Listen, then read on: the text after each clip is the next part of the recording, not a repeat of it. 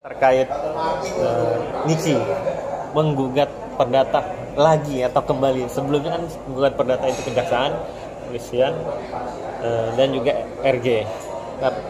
Tapi lagi itu dicabut akhirnya karena ingin alasannya fokus ke pidana. Tapi sekarang menggugat lagi senilai 114 M lebih wah, dan juga plus ingin kejaksaan suruh menyita aset dan bangunan milik RG yang di Cilandak. Abang sebagai praktisi hukum gimana menilainya? Sah-sah saja kan untuk menggugat perdata lagi seorang terdakwa?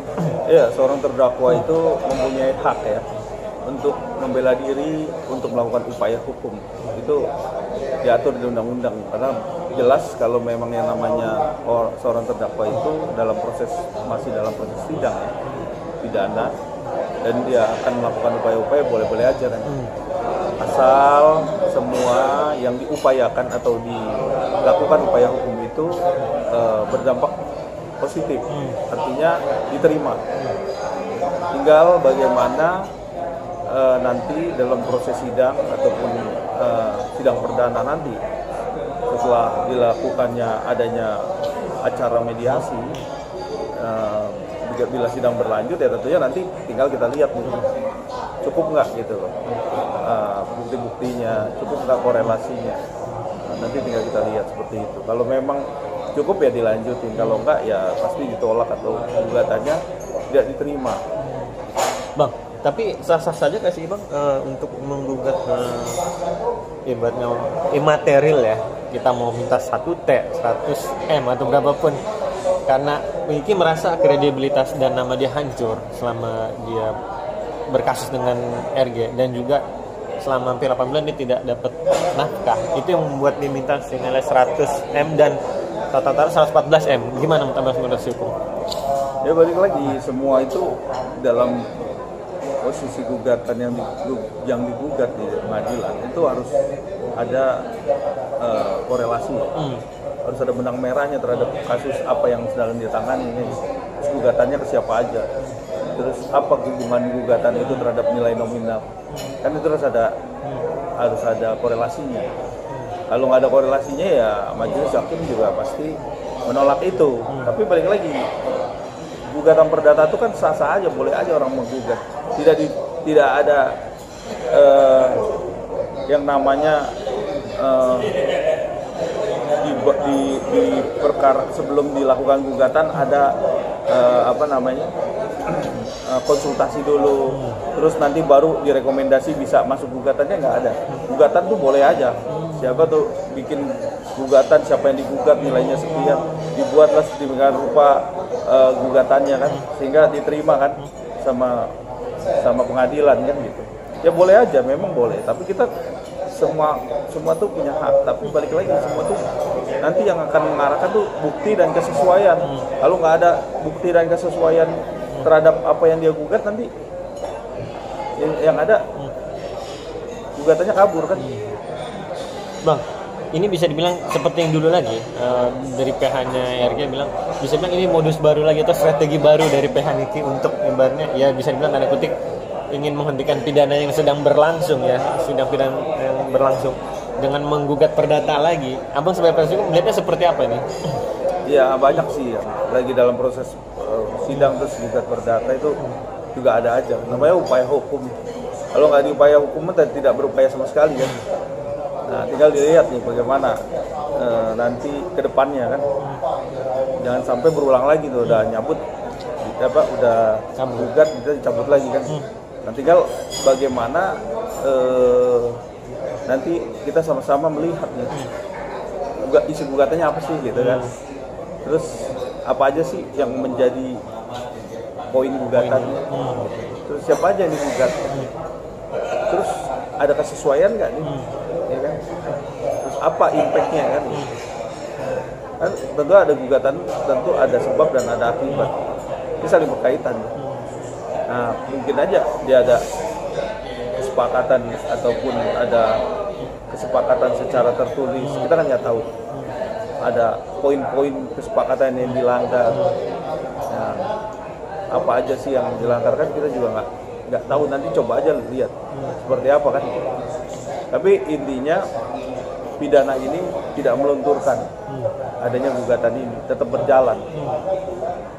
Bang, kembali kita ke dalam isi persidangan kemarin, Niki merasa kecewa, lagi-lagi kecewa karena pihak BPOM tidak hadir kembali, karena kan harus menjadwalkan Kamis kemarin dia datang dan Kamis besok saksi juga, agenda saksi juga, yaitu BPOM harus hadir, tapi tidak pernah hadir Bang. Batang Hidungnya dari salah satu pihak BPOM tidak hadir. Abang melihatnya gimana nih?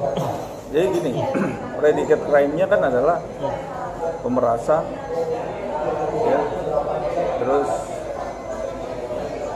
ada ancaman, terus ada TPPU, tiga pasal ya. Kalau nama 3 pasal ini kan, ini predicate crime. Predicate crime-nya ini, LP-nya ini. Terus dibuktikan lah sama kepolisian dia bersalah, terus tersangka, terus akhirnya ditahan dan dilimpahkan lah ke kejaksaan. Dan sudah masuk ke ranah pengadilan. Nah, pengadilan udah keluar juga dakwaan dari 3 pasal ini. Nah, kalau kita lihat BPOM ini, Badan Pengawas Obat dan Makanan. Badan Pengawas Obat dan Makanan ini korelasinya dia kan sebagai subjek aja. Subjeknya daripada perbuatan yang dikenakan pasal ini. Kalau lihat dakwaannya ada nggak terhadap obat-obatan ini, kan gitu. Kalau obat-obatan ini menjadi pokok penting daripada pasal yang 3 tadi, ya boleh aja itu ada benang merahnya gitu. Nah, kalau lihat begini, ini kan yang kita buktikan di persidangan unsur pemerasan, unsur pengancaman, dan unsur TPPU. Jadi kalau saya rasa agak sedikit jauh ya, karena jelas yang namanya pengancaman, pemerasan, dan TPPU ini di dalam 3 pasal ini dulu dibuktikan. Kalau udah terbukti memang dia benar-benar terbukti, oh ternyata tidak terbukti dia melakukan itu, maka ini ada lagi nih ranahnya untuk membuktikan obat-obatan yang dimaksud overclaim tadi. Kan sebenarnya bukan ranahnya seorang BPOM untuk membuktikan adanya pemerasan, pengancaman, dan TPPU, kan gitu logikanya. Kalau untuk membuktikan ya harus dibuktikan dulu ada laporan, orang merasa korban daripada overclaim, BPOM menjelaskan sebagai saksi ahli kan, bahwa dia keilmuannya terhadap BPOM, bagaimana BPOM ini bertindak, bagaimana BPOM ini bekerja, kan gitu. Apa aja sih poinnya, kan gitu. Kalau di dalam fakta sidangnya kan sekarang kalau kita lihat sama-sama itu ada pembuktian terhadap bagaimana uang itu dipindah, terus bagaimana sampai adanya nilai uang dan lain-lain, ini kan pembuktian. Kalau BPOM masuk, ini kan membuktikan obatnya. Jangan obat itu bukan sebagai materi dakwaan, kan gitu. Jadi agak sedikit terlalu dalam, terlalu jauh. Nggak fokus kepada 3 pasal ini kan gitu. Kita kan maunya cepet nih. Proses jalan sidang dibuktiin ada fakta-fakta yang menguatkan NM sehingga bisa meringankan atau bisa membebaskan atau memperberatkan, kita nggak tahu nih. Yang punya kekuatan ini kan adalah JPU selalu penuntutan dan hakim pemutus kan. Gitu. Bang, berarti nggak masalah kalau nanti dia persidangan Kamis nanti BPOM tidak hadir kembali, karena ada yang bilang kalau BPOM tidak hadir harus jemput paksa, ada yang bilang begitu beberapa praktisi hukum, karena kan emang agenda itu ibaratnya saksi dari masih tetap itu JPU. Iya, jadi gini, JPU jaksa penuntut ini punya peran penting. Dia bertanggung jawab penuh terhadap isi dakwaan dan korelasi terhadap fakta sidang itu. Ya kan, isi-isi daripada satu fakta sidang itu terlihat semua, tercermin di situ. Nah, kalau di situ dilihat memang perlu adanya BPOM, kita lagi membedah segala sesuatu dan BPOM perlu untuk dihadirkan, maka dia memberikan rekomendasi, bisa menyampaikan kepada majelis hakim untuk merekomendasi ini untuk dihadirkannya saksi ahli untuk dari BPOM. Biasanya pun majelis hakim itu memberikan rekomendasi untuk bisa hadir, wajib hukumnya itu. Iya,